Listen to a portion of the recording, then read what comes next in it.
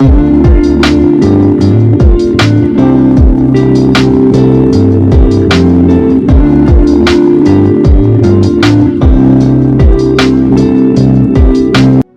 ಸಹಾಯ ಮಾಡೋದಕ್ಕಾಗಿ ಸ್ತೋತ್ರ. ಈ ಬೆಳಗಿನ ಜಾವದಲ್ಲಿ ಜೂಮುಂಟಿ ಮೂಲಕವಾಗಿ ಸ್ವಾಮಿ ಇನ್ನು ದೈವದಾಸರ ನಾವೆಲ್ಲರೂ ದೈವಜನ ನಾವೆಲ್ಲರೂ ಸೇರಿ ಬರುವಂತೆಯೂ ಕೊಟ್ಟಂತ ಕೃಪೆಗಾಗಿ ಸ್ತೋತ್ರ. ಪಾಯಸ್ವೇ ಯೆರೆಮೀಯನ ಪ್ರವಾದನ ಗ್ರಂಥ 40ನೇ ಅಧ್ಯಾಯದ 1-16 ವಚನಗಳನ್ನು ಸ್ವಾಮಿ ಧ್ಯಾನ ಮಾಡುವಂತೆ ನೀನು ಸಹಾಯವನ್ನು ಮಾಡು. ದೇವ ಈ ವಾಕ್ಯವನ್ನು ಸ್ವಾಮಿ ತುಂಬಾದ ರೀತಿಯಲ್ಲಿ ಆಕರ್ಷಕವಾದ ರೀತಿಯಲ್ಲಿ ಅರ್ಥಗರ್ಭಿತವಾಗಿ ಕೂಲಂಕುಷವಾಗಿ ಮನಮುಟ್ಟು ಹಾಗೆ ಬೋಧಿಸುವಂತೆಯೂ ಪರಲೋಕದ ಸುವಾರಗಳನ್ನ ಪರಲೋಕದ ಸುಜ್ಞಾನವನ್ನ ಅನುಗ್ರಹಿಸಿಕೊಟ್ಟು ಉತ್ತಮರತ್ರ ಪ್ರಕಟಿಸುವಂತೆಯೂ ನೀನು ನಮಗೆ ಸಹಾಯವನ್ನು ಮಾಡು.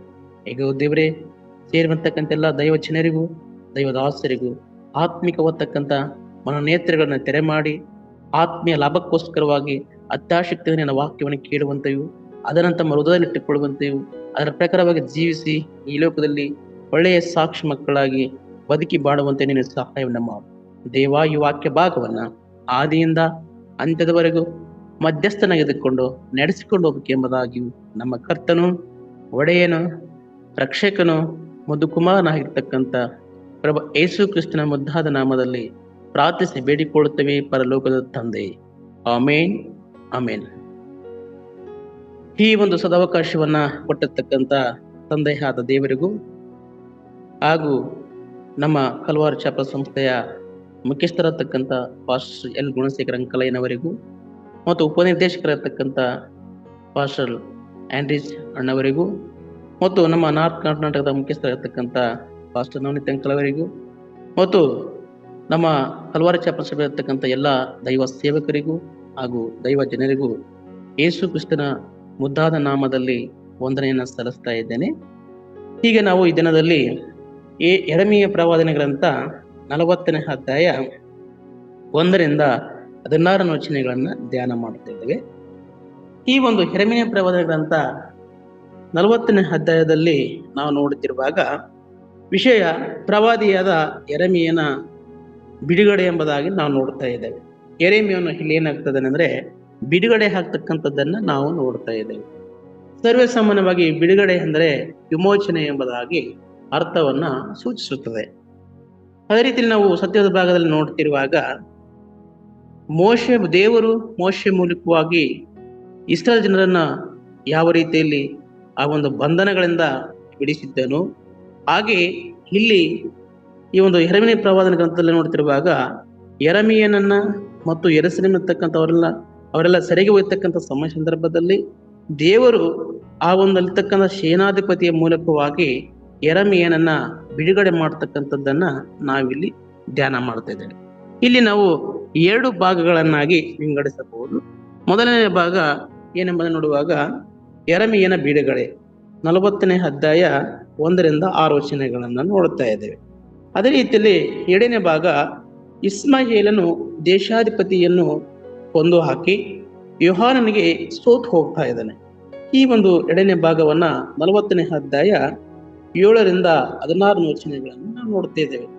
ಇಲ್ಲಿ ನಾವು ನೋಡ್ತಿರುವಾಗ ಯೆರೆಮೀಯನು ಬಿಡುಗಡೆ ಆಗ್ತಾ ಇದ್ದಾನೆ. ದೇವರ ಮೂಲಕವಾಗಿ ಏನ್ ಮಾಡ್ತಾನೆ, ಬಿಡುಗಡೆ ಆಗ್ತಕ್ಕಂಥದ್ದನ್ನ ನಾವು ಇಲ್ಲಿ ನೋಡ್ತಾ ಇದ್ದೇವೆ. ಇಲ್ಲಿ ಬಿಡುಗಡೆ ಅಂತಕ್ಕಂಥದ್ದನ್ನ ನೋಡ್ತಿರುವಾಗ ಸತ್ಯವೇದ ಭಾಗದಲ್ಲಿ ಒಂದು ವಿಶೇಷವಾಗ್ತಕ್ಕಂಥ ಒಂದು ದಿನ, ವಿಶೇಷವಾಗ್ತಕ್ಕಂಥ ಒಂದು ಸಡಗರ ಸಂಭ್ರಮ, ವಿಶೇಷವಾಗ್ತಕ್ಕಂಥ ಒಂದು ಸಂಗತಿ ಅಂತಕ್ಕಂಥದ್ದನ್ನ ನಾವು ಈ ವಾಕ್ಯದ ಮೂಲಕವಾಗಿ ತಿಳ್ಕೊಳ್ಳಬಹುದು. ಅದೇ ರೀತಿಯಲ್ಲಿ ಈ ಲೋಕದ ಜೀವನ ನಾವು ಮಾಡುತ್ತಿರುವಾಗ ದೈವ ಸೇವಕರು ಆಗಿರ್ಬೋದು, ದೈವಜನರಾಗಿರ್ಬೋದು, ಈ ಲೋಕದಲ್ಲಿ ಸಹ ಅನೇಕ ಬಂಧನಗಳಿಂದ ನಾವು ಕಟ್ಟಲ್ಪಟ್ಟಿರ್ತೇವೆ. ಅನೇಕ ಬಂಧನಗಳಿಗಾಗಿ ಒಳಗಾಗಿ ನಮ್ಮ ಜೀವನವನ್ನು ಸಾಗಿಸ್ತಾ ಇರ್ತೇವೆ. ಈ ಲೋಕ ಅಂತಕ್ಕಂಥ ಲೋಕಾಧಿಪತಿಯ ಅಂಧಕಾರ ಶಕ್ತಿಯಿಂದ ನಾವು ತೊಳೆಯಲು ಹೋಗ್ತಾ ಇರ್ತೇವೆ.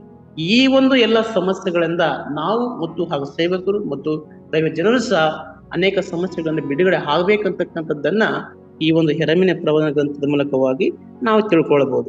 ಯೆರೆಮೀಯನಿಗೆ ಏನೇನು ತೊಂದರೆ ಇತ್ತು, ಯೆರೆಮೀಯನಿಗೆ ಸೆರೆಯಲ್ಲಿ ಹಾಕಲ್ಪಟ್ರು, ಯೆರೆಮೀಯನಿಗೆ ಏನೇನು ಅನೇಕ ಬರಬರ್ತಕ್ಕಂಥ ಸಮಸ್ಯೆಗಳು ಇದ್ರೂ ಸಹ ಆತನು ದೇವರ ಮೂಲಕವಾಗಿ ಅಲ್ಲಿ ಆತನ ಬಿಡುಗಡೆ ಆಗ್ತಕ್ಕಂಥದ್ದನ್ನ ನಾವು ನೋಡ್ತಾ ಇದ್ದೇವೆ. ಅದೇ ರೀತಿಯಲ್ಲಿ ಇಸ್ರಾಯೇಲ್ ಜನರು ಸಹ ದೇವರು ಮೋಶೆ ಮೂಲಕವಾಗಿ ಅವ್ರನ್ನ ಬಿಡುಗಡೆ ಮಾಡ್ತಾನೆ. ಅವರ ಕಷ್ಟವನ್ನ, ಅವರ ಕಣ್ಣೀರನ್ನ, ಅವರ ದುಃಖವನ್ನ, ಅವರ ವೇದನೆಯನ್ನ, ಅವರ ಬಾಧನೆಯನ್ನ ನೋಡಿ ಅವರ ಒಂದು ಮೊರೆ ಇಟ್ಟಾಗ ಅವರ ಮೊರೆಗೆ ದೇವರು ಕಿವಿಗೊಟ್ಟು ಅವರ ಒಂದು ದುಃಖವನ್ನ ಪ್ರಾರಂಭಿಸಿ ಆ ಕಷ್ಟ ಸಂಕಟಗಳಿಂದ ಅವ್ರನ್ನ ಬಿಡುಗಡೆಗೊಳಿಸಿ ಯಾವ ರೀತಿ ಬಿಡುಗಡೆಗೊಳಿಸಿದನೋ ಅದೇ ರೀತಿಯಲ್ಲಿ ಯೆರೆಮೀಯನ ಬಿಡುಗಡೆ ಆಗ್ತಕ್ಕಂಥದ್ದನ್ನು ನಾವು ನೋಡ್ತೇವೆ. ಮತ್ತು ಅದೇ ರೀತಿ ನಮ್ಮ ಹಾಗೆ ಜೀವಿತದಲ್ಲಿ ಸಹ ಈ ಲೋಕದಲ್ಲಿ ಜೀವನ ಮಾಡ್ತಕ್ಕಂಥ ಸಂದರ್ಭದಲ್ಲಿ ಈ ಲೋಕದ ಆತ್ಮಿಕ ಒಂದು ಯಾತ್ರೆಯಲ್ಲಿ ನಾವು ಸಹ ಅನೇಕ ಬಂಧನಗಳಿಂದ, ಅನೇಕ ಸಮಸ್ಯೆಗಳಿಂದ ಕಟ್ಟಲ್ಪಟ್ಟವರಾಗಿ ಜೀವನ ಮಾಡ್ತಾ ಇದ್ದೇವೆ. ಆಗ ದೇವರ ಬಳಿಗೆ ನಾವು ಬಂದು ದೇವರಲ್ಲಿ ನಾವು ಮೊರೆ ಇಟ್ಟಾಗ ದೇವರು ಸಹ ಇಸ್ರಾಯೇಲರನ್ನು ಯಾವ ರೀತಿಯಲ್ಲಿ ಬಿಡುಗಡೆ ಮಾಡಿದನೋ ಮತ್ತು ಯೆರೆಮೀಯನನ್ನು ಯಾವ ರೀತಿಯಲ್ಲಿ ಬಿಡುಗಡೆ ಮಾಡಿದನೋ ಅದೇ ರೀತಿಯಲ್ಲಿ ನಮ್ಮನ್ನು ಸಹ ಈ ಲೋಕದಲ್ಲಿ ಬರ್ತಕ್ಕಂಥ ಅನೇಕ ಸರ್ವ ಆಪತ್ತುಗಳಿಂದ ಸಹ ದೇವರು ನಮ್ಮನ್ನ ಬಿಡುಗಡೆ ಮಾಡುತ್ತಾನೆ. ನಾವು ಸಹ ಯಾವ ಪಾಪದ ಕಾರ್ಯದಲ್ಲಿ ಜೀವನ ಮಾಡ್ತಾ ಇದ್ದೇವೆ, ನಾವು ಸಹ ಯಾವುದೋ ಒಂದು ಸಮಸ್ಯೆಗಳಿಂದ ನಾವು ಬಿದ್ದು ಅದರಲ್ಲಿ ಮುಳುಗಿ ನಮ್ಮ ಜೀವನವನ್ನು ನಾಶ ಮಾಡ್ಕೊಳ್ತೇವೆ ಅಂತಕ್ಕಂಥದ್ದನ್ನ ಪ್ರತಿಯೊಬ್ಬ ಸೇವಕರು, ಪ್ರತಿಯೊಬ್ಬ ಜನರು ಈ ವಾಕ್ಯದ ಮೂಲಕವಾಗಿ ನಾವು ಪಾಠವನ್ನು ಕಲ್ತ್ಕೊಳ್ಬೇಕಾಗ್ತದೆ. ಎಷ್ಟೋ ಜನರು ಅನೇಕ ವಿಧವಾದ ರೀತಿಯಲ್ಲಿ ಪಾಪದ ಕಾರ್ಯಗಳನ್ನು ಮಾಡ್ತಾ ಇರ್ತಾರೆ. ಆ ಪಾಪದ ಕಾರ್ಯದಿಂದ ಬಿಡುಗಡೆ ಆಗಬೇಕಂತ ಅವರಿಗೆ ಮನಸ್ಸುಂಟು, ಆದರೆ ದೇಹಕ್ಕೆ ಬಲ ಸಾಲದೆಂಬುದಾಗಿ ದೇವರ ವಾಕ್ಯ ಯಾವ ರೀತಿ ಹೇಳ್ತದೋ ಆ ರೀತಿಯಲ್ಲಿ ಮನಸ್ಸಿದೆ, ಬಟ್ ಆದ್ರೆ ಬಿಡೋದಕ್ಕೆ ಆಗುವುದಿಲ್ಲ ಎಂಬುದಾಗಿ ಅನೇಕ ಜನರನ್ನ ಈ ಲೋಕದಲ್ಲಿ ನಾವು ನೋಡ್ತಾ ಇದ್ದೇವೆ. ಇಲ್ಲಿ 40ನೇ ಅಧ್ಯಾಯದ 1ನೇ ವಚನದಲ್ಲಿ ನೋಡ್ತಿರುವಾಗ ಇಲ್ಲಿ ದೇವರ ವಾಕ್ಯ ಹೇಳಲ್ಪಡ್ತದೆ, ಯೆಹೋವನು ಮತ್ತೊಮ್ಮೆ ತನ್ನ ವಾಕ್ಯವನ್ನ ಯೆರೆಮೀಯನಿಗೆ ದಯಪಾಲಿಸಿದನು. ಇಲ್ಲಿ ದೇವರು ಯೆರೆಮೀಯನಿಗೆ ಒಂದು ವಾಕ್ಯವನ್ನ ಕೊಡ್ತಾರೆ. ಹಾಗೆ ನಾವು ಈ ಲೋಕದಲ್ಲಿ ಜೀವನ ಮಾಡ್ತಿರುವಾಗ ಅನೇಕ ಸಮಸ್ಯೆಗಳು ಇರುವಾಗ ನಾವು ಪ್ರಾರ್ಥನೆ ಮಾಡ್ತಕ್ಕಂಥ ಸಮಯ ಸಂದರ್ಭದಲ್ಲಿ ದೇವರ ವಾಕ್ಯವಂತ ಓದ್ತಕ್ಕಂಥ ಸಮಯ ಸಂದರ್ಭದಲ್ಲಿ ಆ ವಾಕ್ಯ ಅಂತಕ್ಕಂಥದ್ದು ನಮ್ಮನ್ನೇನ್ ಮಾಡ್ತದೆ, ಎಚ್ಚರ ಪಡಿಸ್ತದೆ. ಆ ವಾಕ್ಯ ಅಂತಕ್ಕಂಥ ನಮ್ಮನ್ನೇನ್ ಮಾಡ್ತದೆ, ಸೈತಾನಂಧಕಾರ ಶಕ್ತಿಯಿಂದ ಬಿಡುಗಡೆಗೊಳಿಸ್ತದೆ. ಆ ವಾಕ್ಯ ಅಂತಕ್ಕಂಥದ್ದು ನಮ್ಮ ಜೊತೆಗೆ ಏನ್ ಮಾಡ್ತದೆ, ನಮ್ಮ ಜೊತೆಗೆ ಸಂಭಾಷಣೆ ಮಾಡ್ತಾ ಇದೆ. ಆ ವಾಕ್ಯದ ಮೂಲಕವಾಗಿ ನಾನು ರಕ್ಷಣೆ ಹೊಂದಿದ್ದೀನಿ, ಆ ವಾಕ್ಯದ ಮೂಲಕವಾಗಿ ನಾನು ಪಾಪದ ಕಾರ್ಯವನ್ನು ಬಿಟ್ಟಿದ್ದೇನೆ, ಆ ವಾಕ್ಯದ ಮೂಲಕವಾಗಿ ನಾನು ದೇವರು ನಂಬಿಕೊಂಡೆ ಎಂಬುದಾಗಿ ಎಷ್ಟೋ ಜನ ಸಾಕ್ಷಿಯನ್ನು ಹೇಳ್ತಾರೋ ಅದೇ ರೀತಿಯಲ್ಲಿ ಇಲ್ಲಿ ಯೆರೆಮೀಯನಿಗೆ ದೇವರು ಒಂದು ವಾಕ್ಯವನ್ನು ದಯಪಾಲಿಸುವುದಾಗಿ ನಾವು ಈ ಸತ್ಯವಾದ ಭಾಗದಲ್ಲಿ ನಾವು ನೋಡ್ತಾ ಇದ್ದೇವೆ. ಮತ್ತು ಅಷ್ಟರೊಳಗೆ ಕಾವಲದಂಡಿನ ಅಧಿಪತಿಯಾದ ನೆಬೂಜರದಾರನು ಯೆರೂಸಲೇಮಿನವರ ಮತ್ತು ಯೆಹೂದ್ಯರ ಒಂದು ಗುಂಪನ್ನು ಬಾಬೆಲಿಗೆ ಸೆರೆ ಒಯ್ಯುತ್ತಿದ್ದಾಗ ಅವರಲ್ಲಿ ಸಂಕೋಲೆಗಳಿಂದ ಕಟ್ಟಲ್ಪಟ್ಟಿದ್ದ ಯೆರೆಮೀಯನನ್ನು ರಾಮ ಬಳಿಯಲ್ಲಿ ಬಿಡಿಸಿ ಬಿಟ್ಟನು. ಅಲ್ಲಿ ಅನೇಕ ಜನರು ಯೆಹೂದ್ಯರು ಮತ್ತು ಯೆರೂಸಲೇಮಿನವರು ಸೆರೆಗೆ ಹೋಗ್ತಾ ಇರ್ತಾರೆ. ಸೆರೆಗೆ ಹೋಗ್ತಕ್ಕಂಥ ಸಮಯ ಸಂದರ್ಭದಲ್ಲಿ ಆ ಒಂದು ಯೆರೂಸಲೇಮಿನ ಯೆಹೂದ್ಯರ ಒಂದು ಕಾವಲು ದಂಡಿನ ಅಧಿಕಾರಿ ಆಗಿರ್ತಕ್ಕಂಥ ನೆಬೂಜರದಾರನನ್ನು ಏನ್ ಮಾಡ್ತಾನೆ ಅಂದ್ರೆ ಈ ಯೆರೆಮೀಯನನ್ನ ಬಿಡುಗಡೆ ಮಾಡೋದನ್ನ ನಾವು ನೋಡ್ತಾ ಇದ್ದೇವೆ. ಯೆರೆಮೀಯನ ಎಲ್ಲಿ ಯಾವ ಸ್ಥಳದಲ್ಲಿ ಬಿಡುಗಡೆ ಆಗ್ತಾನೆ ನಮ್ಮನ್ನು ನೋಡ್ತಿರುವಾಗ ರಾಮದ ಬಳಿಯಲ್ಲಿ ನೆಬೂಜರದಾರನು ಯೆರೆಮೀಯನನ್ನ ಬಿಡುಗಡೆ ಮಾಡಿದನು. ರಾಮ ಅಂತಕ್ಕಂಥ ಸ್ಥಳದಲ್ಲಿ ಏನ್ ಮಾಡ್ತಾರೆ, ದೇವರು ಆ ಕಾವಲು ದಂಡಿನ ಅಧಿಕಾರಿಗಳ ಮೂಲಕವಾಗಿ ಮಾತನಾಡಿ ಯೆರೆಮೀಯನ ಏನ್ ಮಾಡ್ತಾರೆ, ಬಿಡುಗಡೆ ಮಾಡ್ತಕ್ಕಂಥದ್ದನ್ನ ನಾವು ನೋಡ್ತಾ ಇದ್ದೇವೆ. ಅದೇ ರೀತಿಯಲ್ಲಿ ನಮ್ಮ ಜೀವಿತ ಸಹ ಅನೇಕ ಸಮಸ್ಯೆಗಳು ಇರುವಾಗ ದೇವರು ಈ ವಾಕ್ಯದ ಮೂಲಕವೇ ನಾವು ಬಿಡುಗಡೆ ಮಾಡಿದ ಎಂಬುದಾಗಿ ಅನೇಕ ಸಾಕ್ಷಿಗಳು ಕೊಡ್ತಕ್ಕಂಥವ್ರು ನಾವು ಜನರನ್ನು ನೋಡ್ತಾ ಇದ್ದೇವೆ. ಅದೇ ರೀತಿಯಲ್ಲಿ ಇಲ್ಲಿ ಯೆರೆಮೀಯನ ಏನ್ ಮಾಡ್ತಾರೆ, ಬಿಡುಗಡೆ ಮಾಡ್ತಾರೆ. ಮತ್ತು ಇಲ್ಲಿ 2ನೇ ವಾಕ್ಯ ನೋಡುತ್ತಿರುವಾಗ ಆಗ ಕಾವಲು ದಂಡಿನ ಸೇನಾಧಿಪತಿ ಯೆರೆಮೀಯನನ್ನು ಕರೆಯಿಸಿ ಅವನಿಗೆ, ನಿನ್ನ ದೇವರಾದ ಯೆಹೋವನು ಈ ಸ್ಥಳಕ್ಕೆ ಇಂಥ ಕೇಡಾಗಲಿ ಎಂದು ಶಾಪ ಕೊಟ್ಟನೋ, ಆತನು ಅದನ್ನು ಬರಮಾಡಿ ತನ್ನ ಮಾತನ್ನು ನೆರವೇರಿಸಿದ್ದಾನೆ. ದೇವರ ಒಂದು ವಾಕ್ಯ, ದೇವರ ಒಂದು ಮಾತು ಅಲ್ಲಿ ನೆರವೇರ್ತದೆ ಎಂಬುದಾಗಿ ಕಾವಲುಗಾರನ ದಂಡಿನ ಅಧಿಪತಿ ಹೇಳ್ತದನೆ. ದೇವರು ನಮಗೆ ಇಂಥ ಒಂದು ಸ್ಥಳದಲ್ಲಿ ಇಂಥ ಜನರಿಗೆ ದೇವರು ಶಾಪ ಕೊಟ್ಟಾನು ಅಂತಕ್ಕಂಥ ಒಂದು ವಿಷಯವನ್ನ ಯೆರೆಮೀಯನ ಮೂಲಕವಾಗಿ ನಮಗೆ ಸಿದ್ಧಿಸಲ್ಪಟ್ಟರೂ ಸಹ ನಾವು ದೇವರ ಮಾತನ್ನ ಕೇಳಲಿಲ್ಲ. ಯೆರೆಮೀಯನ ಪ್ರವಾದಿಸತಕ್ಕಂಥ ಮಾತನ್ನು ನಾವು ಕೇಳಿಲ್ಲ. ಆ ಕೇಳದೆ ಇರುವುದರಿಂದ ಅನೇಕ ದೇವರ ವಿರುದ್ಧವಾಗಿ ಪಾಪದ ಕಾರ್ಯ ಮಾಡಿರುವುದರಿಂದ ದೇವರು ಖಂಡಿತವಾಗಿ ಶಾಪವನ್ನು ನಮ್ಗೆ ಕೊಟ್ಟಿದ್ದಾನೆ ಎಂಬುದಾಗಿ ಅಲ್ಲಿ ಯೆರೂಸಲೇಮ್ ಇರ್ತಕ್ಕಂಥ ಮತ್ತು ಯೆಹೂದ್ಯರಿರ್ತಕ್ಕಂಥ ಒಂದು ಸೇನಾಧಿಪತಿ ಇರತಕ್ಕಂಥ ಕಾವಲುದಂಡಿನ ಅಧಿಕಾರಿ ಇರತಕ್ಕಂಥ ನೆಬೂಜರನು ಏನ್ ಮಾಡ್ತಾನೆ, ಅಲ್ಲಿ ಯೆರೆಮೀಯನನ್ನ ಕರೆಸಿ ಏನ್ ಮಾಡ್ತಾನೆ, ಈ ರೀತಿಯಲ್ಲಿ ನೀವು ಹೇಳಿದ ಮಾತನ್ನು ನಾವು ಕೇಳಲಿಗೋಸ್ಕರವಾಗಿ ದೇವರಿಂದ ಶಾಪ ಕೊಟ್ಟನು ಎಂಬುದಾಗಿ ಅವರೇ ತಮ್ಮನ್ನು ತಾವು ಏನ್ ಮಾಡ್ತಾರೆ, ಮರುಗುತ್ತಾರೆ. ಅದಕ್ಕೋಸ್ಕರವಾಗಿ ದೇವರ ಒಂದು ವಿರುದ್ಧವಾಗಿ ನೀವು ಮಾಡಿದ್ರಿಂದಲೇ ಈ ಶಾಪ ಬಂತು, ಎಂಬುದಾಗಿ, ಈ ಒಂದು ಸೆರೆಗೆ ಹೋಗ್ತಕ್ಕಂಥ ಸಂದರ್ಭ ಬಂತು ಎಂಬುದಾಗಿ ಯೆರೆಮೀಯನು ಆ ಕಾಲದಿನ ಅಧಿಕಾರಿಗಳತಕ್ಕಂಥದ್ದನ್ನ ನೋಡ್ತಾ ಇದ್ದೇವೆ. ಹಾಗೆ ನಾವು ಸಹ ಈ ಲೋಕದ ಜೀವನ ಮಾಡುತ್ತಿರುವಾಗ, ದೇವರ ವಾಕ್ಯವನ್ನು ಹೇಳುತ್ತಿರುವಾಗ, ದೇವರ ವಾಕ್ಯವನ್ನು ಬೋಧಿಸುತ್ತಿರುವಾಗ ಅನೇಕ ಜನರು ಅದನ್ನು ಸರಿಯಾದ ರೀತಿಯಲ್ಲಿ ಕಿವಿಗೂಡುವುದಿಲ್ಲ, ಸರಿಯಾದ ರೀತಿಯಲ್ಲಿ ತಿಳ್ಕೊಳ್ಳುವುದಿಲ್ಲ, ಹೇಳ್ತಾರೆ ಹೊರತು ಮಾಡುವುದಿಲ್ಲ. ದೇವರ ವಾಕ್ಯವನ್ನ ಅನೇಕ ಜನರು ಹೇಳ್ತಾರೆ, ಬಟ್ ಅದರ ತಕ್ಕಂತೆ ದಿನನಿತ್ಯ ಆತ್ಮಿಕ ಯಾತ್ರೆಯಲ್ಲಿ ಅದನ್ನು ನಾವು ನಡೆಸ್ತಾ ಇದ್ದೇವೆ ಅಂತಕ್ಕಂಥದ್ದನ್ನು ಯಾರು ಆಲೋಚನೆ ಮಾಡುವುದಿಲ್ಲ. ಹೀಗಾಗಿ ಏನಾಗುತ್ತದೆ, ದೇವರ ಮಾತಿಗೆ ವಿರುದ್ಧವಾಗಿ ನಮ್ಮ ಜೀವನವನ್ನು ನಾವು ನಷ್ಟ ಮಾಡಿಕೊಳ್ತೇವೆ. ಇಲ್ಲಿ ಯೆಹೂದ್ಯರು ಮತ್ತು ಯೆರೂಸಲೇಮರು ದೇವರ ಮಾತನ್ನು ವಿರುದ್ಧವಾಗಿ ಜೀವಿಸುವುದರಿಂದ ಅವರು ಸೆರೆಗೆ ಒಯ್ಯಲ್ಪಡ್ತಕ್ಕಂಥದ್ದನ್ನ ನಾವು ನೋಡ್ತಾ ಇದ್ದೇವೆ. ಮತ್ತು ಇಲ್ಲಿ 3ನೇ ವಾಕ್ಯದಲ್ಲಿ ನಾವು ನೋಡುತ್ತಿರುವಾಗ, ಅದನ್ನೇ ಬರಮಾಡಿ ತನ್ನ ಮಾತನ್ನು ನೆರವೇರಿಸಿದ್ದಾನೆ. ನೀವು ಯೆಹೋವನ ಧ್ವನಿಗೆ ಕಿವಿಗೊಡದೆ ಆತನಿಗೆ ಪಾಪ ಮಾಡಿದ್ದರಿಂದಲೇ ಇದು ನಿಮಗೆ ಸಂಭವಿಸಿತು. ದೇವರ ಮಾತನ್ನು ಕೇಳಲಾರದೆ ಪಾಪದ ಕಾರ್ಯಗಳನ್ನು ಮಾಡಿರೋದ್ರಿಂದ ಇದು ನಿಮಗೆ ಸಂಭವಿಸಿತು. ಹಾಗೆ ನಾವು ಸಹ ಈ ಲೋಕದಲ್ಲಿ ದೇವರ ವಿರುದ್ಧವಾಗಿ ನಾವು ಪಾಪದ ಕಾರ್ಯಗಳನ್ನು ಮಾಡುವುದರೆ ಅನೇಕ ನಮಗೆ ಬರಬಾರತಕ್ಕಂಥ ಅನೇಕ ಘಟನೆಗಳು, ಅನೇಕ ಕೆಟ್ಟ ಒಂದು ನಾಶ ಆಗತಕ್ಕಂಥ ಒಂದು ಕಾರ್ಯಗಳು ನಮ್ಮ ಜೀವಿತದಲ್ಲಿ ಬರುತ್ತದೆ ಎಂಬುದಾಗಿ ಈ ಯೆರೆಮೀಯನ ಪ್ರವಾದನ ಗ್ರಂಥದ ಮೂಲಕವಾಗಿ ನಾವು ತಿಳ್ಕೊಳ್ಬಹುದಾಗುತ್ತದೆ. ಅದೇ ರೀತಿಯಲ್ಲಿ ಮತ್ತು ನಾವು 5ನೇ ಒಂದು ವಾಕ್ಯದಲ್ಲಿ ನೋಡ್ತಿರುವಾಗ ಅಲ್ಲಿ ಕಾವಲುದಾರನ ಅಧಿಕಾರಿ ಹೇಳ್ತಿದ್ದಾರೆ, ನೀನು ಎಲ್ಲಿ ಬೇಕಾದರೂ ಹೋಗು. ಯೆರೆಮೀಯನು ತನಗೆ ಪ್ರಿಯವಾಗತಕ್ಕಂಥ ಸ್ವಾದೇಶವನ್ನ ಆರಿಸಿಕೊಳ್ತಾ ಇದ್ದಾನೆ. ಅವನು ಮುದುಕನಾಗಿದ್ದನು. ಆ ಯೆರೆಮೀಯ ಅಂತಕ್ಕಂಥ ಅವರು ಆ ಒಂದು ಸಂದರ್ಭದಲ್ಲಿ, ಸೆರೆಗೆ ಹೋಗ್ತಕ್ಕಂಥ ಸಂದರ್ಭದಲ್ಲಿ ಮತ್ತು ಬಿಡುಗಡೆ ಆಗಿರ್ತಕ್ಕಂಥ ಸಂದರ್ಭದಲ್ಲಿ ಯೆರೆಮೀಯನು ಮುಪ್ಪಿನ ಮುದುಕನಾಗಿದ್ದನೆಂಬುದಾಗಿ ಸತ್ಯವೇದ ಭಾಗದಲ್ಲಿ ನಾವು ನೋಡ್ತಾ ಇದ್ದೇವೆ. ಯೆರೂಸಲೇಮಿನ ಭವಿಷ್ಯವು ಸೆರೆಯಾದ ಯೆಹೂದ್ಯರಲ್ಲಿತ್ತು. ಯೆರೂಸಲೇಮಿನ ಅಂತಕ್ಕಂಥ ಒಂದು ಭವಿಷ್ಯ ಯಾರಲ್ಲಿತ್ತು ಎಂಬುದನ್ನು ನೋಡ್ತಿರುವಾಗ ಸೆರೆ ಹೋಗಿರ್ತಕ್ಕಂಥ ಒಂದು ಯೆಹೂದ್ಯರಲ್ಲಿತ್ತು. ಆ ಯೆಹೂದ್ಯರ ಯೆರೂಸಲೇಮನ್ನ ಬದಲಾವಣೆ ಮಾಡಬೇಕಾಗಿತ್ತು. ಆ ಯೆಹೂದ್ಯರ ಯೆರೂಸಲೇಮನ್ನ ಡೆವಲಪ್ಮೆಂಟ್ ಮಾಡಬೇಕಾಗಿತ್ತು. ಆ ಒಂದು ಭವಿಷ್ಯತ್ತ ಯಾರ ಹತ್ರ ಇತ್ತಂದ್ರೆ ಯೆರೂಸಲೇಮನ ಯೆಹೂದ್ಯರಲ್ಲಿ ಇತ್ತು ಎಂಬುದಾಗಿ ನಾವು ಸತ್ಯದ ಭಾಗದ ಮೂಲಕವಾಗಿ ಕೇಳ್ಕೊಳ್ತೇವೆ, ನೋಡ್ತೇವೆ, ಕಾಣುತ್ತೇವೆ. ಮತ್ತು 40ನೇ ಅಧ್ಯಾಯದ 6ನೇ ವಚನದಲ್ಲಿ ನೋಡ್ತಿರುವಾಗ, ಯೆರೂಸಲೇಮ ನಾಶವಾದ ಮೇಲೆ ಮಿಪ್ಚವು ಹೊಸ ರಾಜಧಾನಿಯಾಗಿ ಯೆಹೂದಕ್ಕೆ ಹೊಸ ಅಧಿಪತಿಯಾಗಿ ನೇಮಕವಾಗುವುದನ್ನು ನೋಡ್ತಾ ಇದ್ದೇವೆ. ಇಲ್ಲಿ ಯಾವಾಗ ಯೆರೂಸಲೇಮ ನಾಶ ಆಗುತ್ತೋ ಮಿಚ್ಪೆ ಅಂತಕ್ಕಂಥ ಒಂದು ಹೊಸ ರಾಜಧಾನಿಯನ್ನು ನೇಮಕ ಮಾಡಲಾಗುತ್ತದೆ. ಅದಕ್ಕೆ ಯೆಹೂದಕ್ಕೆ ಮತ್ತು ಹೊಸ ಅಧಿಪತಿಯನ್ನಾಗಿ ನೇಮಕವಾಗುತ್ತದೆ. ಅವರು ಯಾರೆಂಬುದನ್ನು ನೋಡ್ತಿರುವಾಗ ಗೆದಲ್ಯ ಅಂತಕ್ಕಂಥ ಒಬ್ಬ ವ್ಯಕ್ತಿ ಅಧಿಪತಿಯನ್ನಾಗಿ ನೇಮಕ ಮಾಡುವುದನ್ನು ನಾವು ನೋಡ್ತಾ ಇದ್ದೇವೆ. ಅದೇ ರೀತಿ 40ನೇ ಅಧ್ಯಾಯದ ಮತ್ತು 7-8 ವಚನಗಳಲ್ಲಿ ನೋಡ್ತಿರುವಾಗ, ಸೈನಿಕರು ಸೇನಾಧಿಪತಿಗಳು ಇಸ್ಮಾಯೇಲ್ ಮತ್ತು ಯೋಹಾನನ ಯೆರೂಸಲೇಮನ ಹೊರಗಡೆ ಇದ್ದ ಕೆಲವು ಯೆಹೂದ್ಯ ಸೇನಾಧಿಪತಿಗಳು ಬಾಬೆಲಿನಿಗೆ ವಶವಾಗಲಿಲ್ಲ. ಇಲ್ಲಿ ಇಸ್ಮಾಯೇಲನ ಮತ್ತು ಯೋಹಾನನು ಯೆರೂಸಲೇಮಿಗೆ ಸಂಬಂಧಪಟ್ಟತಕ್ಕಂಥ ಕೆಲವು ಯೆಹೂದ್ಯರ ಸೇನಾ ಪಡೆಗಳು ಬಾಬೆಲಿಗೆ ಏನಾಗಲಿಲ್ಲ ಅಂದ್ರೆ ವಶವಾಗಲಿಲ್ಲ ಎಂಬುದಾಗಿ ನಾವು ನೋಡ್ತಾ ಇದ್ದೇವೆ. ಅಂದ್ರೆ ಬಾಬೆಲಿನ ಒಂದು ವಿರುದ್ಧವಾಗಿ ಬಾಬೆಲಿನಿಗೆ ಒಂದು ಹೊರತುಪಡಿಸಿ ತಮ್ಮ ಒಂದು ರಾಜ್ಯವನ್ನು ಅವರು ಆಳ್ವಿಕೆ ಮಾಡ್ತಿದ್ದಾರೆ ಎಂಬುದಾಗಿ ನಾವು ನೋಡ್ತಾ ಇದ್ದೇವೆ. ಅವರು ಬಾಬೆಲಿನ ವಿರುದ್ಧವಾಗಿ ಅನೇಕ ಸೈನಿಕವಾದ ಕಾರ್ಯಾಚರಣೆಗಳನ್ನು ಮಾಡಿ ರೂಪಿಸಿಕೊಂಡು ಅವರು ಗದಲ್ಯನನ್ನು ನೋಡಕ್ಕೆ ಬರುತ್ತಾರೆ ಮತ್ತು ಮೋಸದಿಂದ ಕಾರ್ಯ ಮಾಡಿ ಇಸ್ಮಾಯೇಲ್ ಮತ್ತು ಗಿಲಾದಿನನ್ನು ಕೊಲ್ಲಬೇಕಂತಕ್ಕಂಥ ವಿಚಾರದಿಂದ ಅವರು ಬರ್ತಾರೆ. ಅಂದರೆ ಬಾಬೆಲಿಗೆ ವಿರುದ್ಧವಾಗಿ, ಬಾಬೆಲಿಗೆ ಹೊರತುಪಡಿಸಿ ಇನ್ನೂ ಅನೇಕ ಸೇನಾಧಿಪತಿಗಳು, ಇನ್ನು ಅನೇಕ ಸೈನಿಕರು, ಇನ್ನು ಅನೇಕ ಪ್ರದೇಶಗಳು ಇದ್ದವು.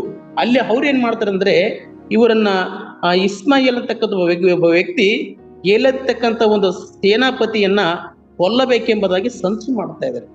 ಇಲ್ಲಿ ಯಾವಾಗ ಯೆರೂಸಲೇಮ ನಾಶ ಆಗುತ್ತೋ, ನಾಶ ಆದ ಮೇಲೆ ಮಿಚ್ಪೆ ಅಂತಕ್ಕಂಥ ಒಂದು ರಾಜಧಾನಿ ಆಗುತ್ತೆ. ಅದಕ್ಕೆ ಸೇನಾಧಿಪತಿ ಅಂತ ಗದಲ್ಯ ಅಂತಕ್ಕಂಥ ಒಬ್ಬರು ಸೇನಾಧಿಪತಿ ಆಗ್ತಾರೆ. ಆ ಸೇನಾಧಿಪತಿಯನ್ನ ನಾಶ ಮಾಡಬೇಕಂತ ಉದ್ದೇಶದಿಂದ ಇಲ್ಲಿ ಇಸ್ಮಾಯೇಲ್ ಮಾಡ್ತಾನೆ, ಬಾಬೆಲಿಗಿರ್ತಕ್ಕಂಥ ಅನೇಕ ಪ್ರದೇಶಗಳನ್ನ ಒಟ್ಟುಗೂಡಿಸಿ ಇದನ್ನ ನಾಶ ಮಾಡಬೇಕೆಂಬ ಬರುವುದನ್ನ ನಾನು ನೋಡ್ತಾ ಇದ್ದೇವೆ. ಅದೇ ರೀತಿಯಲ್ಲಿ 40 ಮತ್ತು 9 ನೋಡ್ತಿರುವಾಗ, ಬಾಬೆಲಿ ಅರಸನಿಗೆ ಆಧೀನರಾಗಿ ಆಧೀನರಾಗಿ ನಿಮಗೆ ಸುಖವಾಗುವುದು. ಗೇಲೆತನು ಪ್ರತಿ ಪ್ರತಿರೋಧ ಮಾಡುವುದನ್ನು ತಡೆದು ಚದರಿ ಹೋದ ದಂಡನ್ನು ಮತ್ತೆ ಒಂದುಗೂಡಿಸ್ತಾನೆ. ಇಲ್ಲಿ ಏನ್ ಮಾಡ್ತಾನೆ, ಬಾಬೆಲ್ ಅಂತಕ್ಕಂಥ ಒಂದು ಅರಸನಿಗೆ ನೀವು ಆಧೀನರಾಗುವುದು ಒಳ್ಳೆಯದು, ಆಧೀನರಾದರೆ ನೀವು ಸುಖ ಸಮೃದ್ಧಿಯಿಂದ ಬದುಕಿ ಬಾಳಬಹುದು, ಬಾಬೆಲಿಗೆ ನೀವು ವಿರುದ್ಧವಾಗಿ ನಡೆದರೆ ನಿಮಗೆ ಸಂಕಟವಾಗ್ತದೆ ಎಂಬುದಾಗಿ ಇಲ್ಲಿ ಇನ್ನೊಬ್ಬ ರಾಜನು ಹೇಳ್ತಾ ಇದ್ದಾನೆ. ಆದರೆ ಆ ಬಾಬೆಲಿನಿಗೆ ವಿರುದ್ಧವಾಗಿರ್ತಕ್ಕಂಥ ಇಸ್ಮಾಯಿಲನ ಏನ್ ಮಾಡ್ತಾನೆ ಅಂದ್ರೆ, ಈ ಒಂದು ಗೆದಲ್ ಅಂತಕ್ಕಂಥ ಒಬ್ಬ ಸೇನಾಧಿಪತಿಯನ್ನ ಕೊಲ್ಲುವುದಕ್ಕಾಗಿ ಮತ್ತು ಬುದ್ಧಿವಂತಿಕೆಯಿಂದ ಅವನನ್ನು ನಾಶ ಮಾಡೋದಕ್ಕೋಸ್ಕರವಾಗಿ ಅಲ್ಲಿ ಬರ್ತಕ್ಕಂಥದ್ದನ್ನು ನೋಡುತ್ತೇವೆ.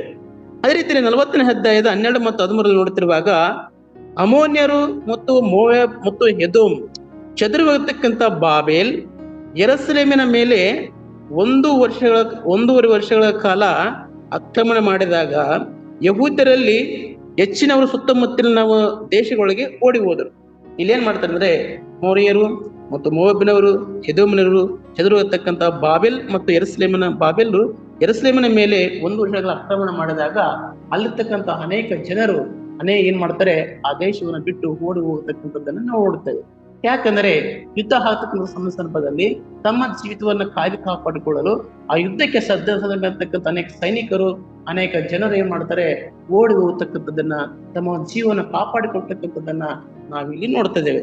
ಅದೇ ರೀತಿ ನಾವು ಈ ಲೋಕದ ಜೀವನ ಮಾಡುತ್ತಿರುವಾಗ ನಮ್ಮ ವಿರೋಧಿಗಳಿಂದ ನಾವು ರಕ್ಷಣೆ ಮಾಡಿಕೊಳ್ಬೇಕಾದ್ರೆ, ನಮ್ಮ ವಿರೋಧಿಗಳಿಂದ ನಾವು ನಾಶವಾಗದ ಬದುಕಿ ಬಾಳ್ಬೇಕಾದ್ರೆ ನಾವು ಬುದ್ಧಿವಂತಿಕೆಯಿಂದ, ನಮ್ಮ ಒಂದು ಜಾಣತನದಿಂದ ಅವರಿಂದ ದೂರ ಇರುವುದು ಎಷ್ಟು ಒಳ್ಳೆಯದು ಅಂತಕ್ಕಂಥದ್ದನ್ನ ನಮ್ಮನ್ನು ನಾವು ತಿಳ್ಕೊಳ್ಬೇಕಾಗ್ತದೆ. ಅದೇ ರೀತಿಯಲ್ಲಿ ಗೇದಲ್ಯನು ಸೇನಾಧಿಪತಿ ಆದಾಗ ಇನ್ನು ಅಪಾಯವಿಲ್ಲವೆಂದು ಮತ್ತು ತಿರುಗಿ ಅನೇಕ ನಿರಾಶ್ರಿತರು ಅಲ್ಲಿಗೆ ಬರ್ತಾರೆ. ಯಾವಾಗ ಗೇಲದನು ಅಧಿಪತಿ ಆದ ಮೇಲೆ ಅಲ್ಲಿರ್ತಕ್ಕಂಥ ಅನೇಕ ಜನರು ತಮ್ಮ ತಮ್ಮ ಊರುಗಳಿಗೆ ಬರ್ತಾರೆ. ಬಂದಾಗ ಗೇದಲ್ ಅಂತಕ್ಕಂಥ ಒಬ್ಬ ವ್ಯಕ್ತಿ ಅಂದ್ರೆ ನಮ್ಗೆ ಯಾವುದೇ ರೀತಿಯ ಅಪಾಯ ಇಲ್ಲ ಎಂಬುದಾಗಿ ಅವರು ತಮ್ಮಲ್ಲಿ ತಾವು ತಿಳಿದುಕೊಂಡು ಮತ್ತು ಚದುರಿ ಹೋಗ್ತಕ್ಕಂಥ ಅನೇಕ ಪ್ರದೇಶಗಳು, ಅನೇಕ ಜನರು ಮತ್ತೆ ಇವರ ಒಂದು ರಾಜ್ಯಕ್ಕೆ ಏನ್ ಮಾಡ್ತಾರೆ, ಸೇರ್ಪಡೆ ಆಗ್ತಕ್ಕಂಥದ್ದು ನಾವು ನೋಡ್ತಾ ಇದ್ದೇವೆ. ಮತ್ತು 40ನೇ ಅಧ್ಯಾಯ 13 ಮತ್ತು 14 ನೋಡ್ತಿರುವಾಗ ಯೋಹಾನನು ಗೇಲತಿನ ಬಳಿಗೆ ಹೋಗಿ ಅಮೋನಿಯರ ಅರಸನತಕ್ಕಂಥ ಬಾಲಿಸನು ಇಸ್ಮಾಯಿಲನ್ನ ಕಳಿಸ್ತಾನೆ. ಅಲ್ಲಿ ನಾವು ಈ ಒಂದು ಘಟನೆಯನ್ನ 7ನೇ ಅರಸು 25ನೇ ಅಧ್ಯಾಯ 20 ನೋಡ್ತಿರುವಾಗ ಅಲ್ಲಿ ಏನಾಗುತ್ತಂದ್ರೆ, 2 ತಿಂಗಳಲ್ಲಿ ಈ ಗೇದಲ್ ಅಂತಕ್ಕಂಥ ಒಬ್ಬ ವ್ಯಕ್ತಿ ಯಾವಾಗ ನೇಮಕವಾದನೋ ಆ ಒಂತನ ರಾಜ್ಯದಲ್ಲಿ 2 ತಿಂಗಳಲ್ಲಿ ಏನಾಗುತ್ತಂದ್ರೆ ಆತನ ವಿರುದ್ಧವಾಗಿ ಅನೇಕ ಸಂಚುಗಳು ನಡೀತಾ ಇದೆ. ಅದೇ ರೀತಿ ನಾವು ರಾಜಕೀಯ ಒಂದು ವ್ಯಕ್ತಿ ನೋಡ್ತಿರುವಾಗ ರಾಜಕೀಯದಲ್ಲಿ ನಾವು ಅನೇಕ ನೋಡ್ತಾ ಇದ್ದೇವೆ. ರಾಜಕೀಯದಲ್ಲಿ ಏನಾಗುತ್ತೆ, ಆ ರಾಜಕೀಯ ಒಂದು ವ್ಯಕ್ತಿಗಳನ್ನ ಕೆಳಗಿಳಿಸಬೇಕಾದ್ರೆ ಅನೇಕ ಸಂಚುಗಳನ್ನ ಉಡ್ತಕ್ಕಂಥದ್ದನ್ನು ನಾವು ನೋಡ್ತೇವೆ. ಅದೇ ರೀತಿಯಲ್ಲಿ ಇಲ್ಲಿ ಗೇದಲ್ಯ ಯಾವಾಗ ನೇಮಕಾದಿಯಾದನೋ ಕೆಲವೇ ತಿಂಗಳಲ್ಲಿ 2 ತಿಂಗಳಲ್ಲಿ ಏನಾಗುತ್ತಾ ಅಲ್ಲಿ ಅನೇಕ ಜನರಿಗೆ ಸಂಚು ಉಡ್ತಾರೆ. ಇದನ್ನ ತೆಗೆದಾಕ್ಬೇಕು, ಇದನ್ನ ಸಾಯಿಸಬೇಕು, ಇದನ್ನ ಅಧಿಕಾರವನ್ನು ತೆಗೆದಾಕಿ ಎಂಬುದಾಗಿ ನೋಡ್ತಾ. ಇದರಿಂದ ನಾವು ತಿಳ್ಕೊಳ್ಳೋದೇನೆಂದ್ರೆ, ವಿರೋಧ, ನಾನು ರಾಜ್ಯ ಆಳ್ಬೇಕು, ನೀನು ರಾಜ್ಯ ಆಳ್ಬೇಕು ಅಂತಕ್ಕಂಥ ಒಂದು ವಿರೋಧ ವ್ಯಕ್ತವಾಗ್ತದೆ. ಅದರಲ್ಲಿ ನಾವು ವಿರೋಧ ಮಾಡೋದಕ್ಕಿಂತ ಸಂಧಾನ ಮಾಡಿಕೊಂಡು, ಸಂಭಾಷಣೆ ಮಾಡಿಕೊಂಡು, ಪ್ರೀತಿ ಪ್ರೇಮದಿಂದ, ಹೊಂದಾಣಿಕೆಯಿಂದ, ರಾಜ್ಯಗಳಲ್ಲಿ ಒಂದು ಶಾಂತಿ ಸಮಾಧಾನದಿಂದ ಒಂದಾಗಿ ಜೀವಿಸುವುದು ಎಷ್ಟು ಒಳ್ಳೆಯದು ಎಂಬುದಾಗಿ ದೇವಾಗ್ತದೆ. ಆದರೆ ಈ ಲೋಕದ ಜನರು ಅದನ್ನ ಸರಿಯಾದ ರೀತಿಯಲ್ಲಿ ಸಂಧಾನಕ್ಕೆ ಬರದೇ ಹೋದರೆ ಅಲ್ಲಿ ಅನೇಕ ಸಮಸ್ಯೆಗಳು ಉದ್ಭವ ಆಗ್ತಕ್ಕಂಥದ್ದನ್ನು ನೋಡ್ತೇವೆ, ಅನೇಕ ಸಮಸ್ಯೆಗಳು ಎದುರಾಗ್ತಕ್ಕಂಥದ್ದನ್ನು ನೋಡ್ತಿದ್ದೇವೆ, ಅನೇಕ ಸಮಸ್ಯೆಗಳನ್ನ ಸ್ವಂತ ತಮ್ಮ ಕೈಯಿಂದನೇ ಏನ್ ಮಾಡ್ತಾರೆ, ಸೃಷ್ಟಿ ಆಗ್ತಕ್ಕಂಥದ್ದನ್ನು ನೋಡ್ತೇವೆ. ಇದರಿಂದ ಇಲ್ಲಿ ದೇವರ ವಾಕ್ಯನ ತಿಳ್ಕೊಳ್ಳೋದೇನೆಂದ್ರೆ, ಯೆರೆಮೀಯನ ಬಿಡುಗಡೆ ಆದನು. 7ನೇ ಭಾಗ ನೋಡ್ತಿರುವಾಗ ಅಲ್ಲಿ ಇಸ್ಮಾಯಿಲನ ಏನ್ ಮಾಡ್ತಾನೆ, ಒಬ್ಬ ಅರಸನನ್ನ ಕೊಂದಾಗ್ತಾನೆ, ಮತ್ತೆ ಇನ್ನೊಬ್ಬ ಅರಸನ ಏನಾಗ್ತಾನೆ, ಸೋತು ಹೋಗ್ತಾನೆ. ಹಾಗೆ ನಾವು ಸಹ ಬಲೆಟ್ಟರಾಗಿದ್ದೇವೆ ಎಂಬುದಾಗಿ ನಮ್ಮನ್ನು ನಾವು ತಿಳಿಯೋದಕ್ಕಿಂತ ನಮಕ್ಕಿಂತ ಬಲೆಟ್ಟರಾದವರು ಇದ್ದಾರೆ ಅಂತಕ್ಕಂಥ ನಾವು ಯಾವತ್ತಿಗೂ ಬಯಸ್ಬೇಕು. ನಾನೇ ಬುದ್ಧಿವಂತನೆಂಬ ತಿಳ್ಕೊಳ್ಳೋದಕ್ಕಿಂತ ಮುಂಚಿತವಾಗಿ ನನಕ್ಕಿಂತ ಇನ್ನೊಬ್ಬ ಬುದ್ಧಿವಂತರು ಇದ್ದಾರೆ, ದೇವರು ಸೃಷ್ಟಿ ಮಾಡಿದಂತಕ್ಕಂಥ ನಾವು ತಿಳ್ಕೊಳ್ಬೇಕಾಗ್ತದೆ. ಮತ್ತು ಯಾವುದೇ ಒಂದು ನಾನೇ ಜಯವಾಗ್ತಕ್ಕಂಥ ಅನ್ನೋದಕ್ಕಿಂತ ನನಗೆ ಸೋಲಾಗ್ತಕ್ಕಂಥದ್ದನ್ನು ಸಹ ನಾವು ತಿಳ್ಕೊಳ್ಬೇಕಾಗ್ತದೆ. ಇದರಿಂದ ತಿಳ್ಕೊಳ್ಳೋದಂದ್ರೆ ವಿರೋಧ ಬೇಡ, ವಿರೋಧವನ್ನು ವ್ಯಕ್ತಪಡಿಸೋದು ಬೇಡ, ಶಾಂತಿಯಿಂದ ಇರಬೇಕು, ಸಮಾಧಾನದಿಂದ ಇರಬೇಕು, ಜೀವವನ್ನು ಉಳಿಸಬೇಕು. ಜೀವನ ತೆಗಿಬಾರತಕ್ಕಂಥದ್ದನ್ನು ನಾವು ಈ ಒಂದು ಈ ಒಂದು ಯೆರೆಮೀಯನ ಒಂದು ಗ್ರಂಥದಲ್ಲಿ ತಿಳ್ಕೊಳ್ಬೇಕಾಗುತ್ತದೆ. ಈ ಯೆರೆಮೀಯ ಪ್ರವಾದನ ಗ್ರಂಥದ ಮೂಲಕವಾಗಿ ನಾವು ಪಾಠವನ್ನು ಕಲ್ತ್ಕೊಳ್ಬೇಕಾಗುತ್ತದೆ. ಒಂದು ಕೆಲವರಿಗೆ ಮಾತನಾಡುವಂತ ಸಂದರ್ಭದಲ್ಲಿ ಮನಸ್ಸಿಗೆ ಇರಿಸಿರ್ತಕ್ಕಂಥ ಮಾತುಗಳು ನಡೆದಾಗ ಅವರ ಜೀವನ ಏನಾಗ್ತದೆ, ಸತ್ತು ಹೋದಂತಾಗುತ್ತದೆ. ಅದಕ್ಕೆ ನಾವು ಮಾತಾಡೋರು ಸಹ ಬಹಳ ಸೂಕ್ಷ್ಮ ಆಗಿರಬೇಕು. ಮಾತಾಡೋರು ಸಹ ಅದು ಇಂಪಾಗಿರಬೇಕು. ಮಾತು ರಸವತ್ತಾಗಿರ್ಬೇಕೆಂಬುದಾಗಿ ಸತ್ಯದ ಭಾಗದಲ್ಲಿ ನೋಡ್ತಾ ಇದ್ದೇವೆ. ಮಾತು ಮನುಷ್ಯನನ್ನ ಸಾಯಿಸಬಾರದು. ಮಾತು ಮನುಷ್ಯನಿಗೆ ನೋವುಂಟು ಮಾಡಬಾರದು. ಮಾತು ಮನುಷ್ಯನನ್ನ ಕೊರುವ ರೀತಿಯಲ್ಲಿ ನಾವು ಮಾತಾಡಬಾರದು ಎಂಬುದಾಗಿ ಸತ್ಯದ ಭಾಗದಲ್ಲಿ ನಾನು ನೋಡ್ತಾ ಇದ್ದೇವೆ.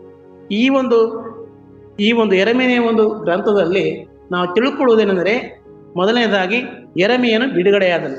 ಹಾಗೆ ನಮ್ಮ ಜೀವಿತದಲ್ಲಿ ಸಹ ಈ ಲೋಕದಲ್ಲಿ ನಾವು ಅನೇಕ ಪಾಪದ ಒಂದು ಬಂಧನದಿಂದ ಕಟ್ಟಲ್ಪಟ್ಟಾಗಿರ್ತಕ್ಕಂಥ ಅವರು ಆ ಪಾಪದಿಂದ ನಾವು ಯಾವ ರೀತಿ ಬಿಡುಗಡೆ ಆಗಬೇಕೆಂಬುದಾಗಿ ಈ ಒಂದು ವಾಕ್ಯದ ಮೂಲಕವಾಗಿ ಕಲ್ತ್ಕೊಳ್ಬೇಕಾಗ್ತದೆ. ಅನೇಕ ಜನರು ಈ ಲೋಕದಲ್ಲಿ ಅನೇಕ ಸಕಲ ರೀತಿ ಪಾಪಕರ ಮಾಡ್ತಾ ಇರ್ತಾರೆ. ಆ ಪಾಪಗಳಿಂದ ನಾವು ಹೇಗಪ್ಪ ಬಿಡುಗಡೆ ಆಗೋದು? ದೇವರ ಮುಂದೆ ನಾವು ಪ್ರಾರ್ಥನೆ ಮಾಡಬೇಕು. ದೇವರಲ್ಲಿ ಪಾಪವನ್ನು ಹರಿಕೆ ಮಾಡಬೇಕು.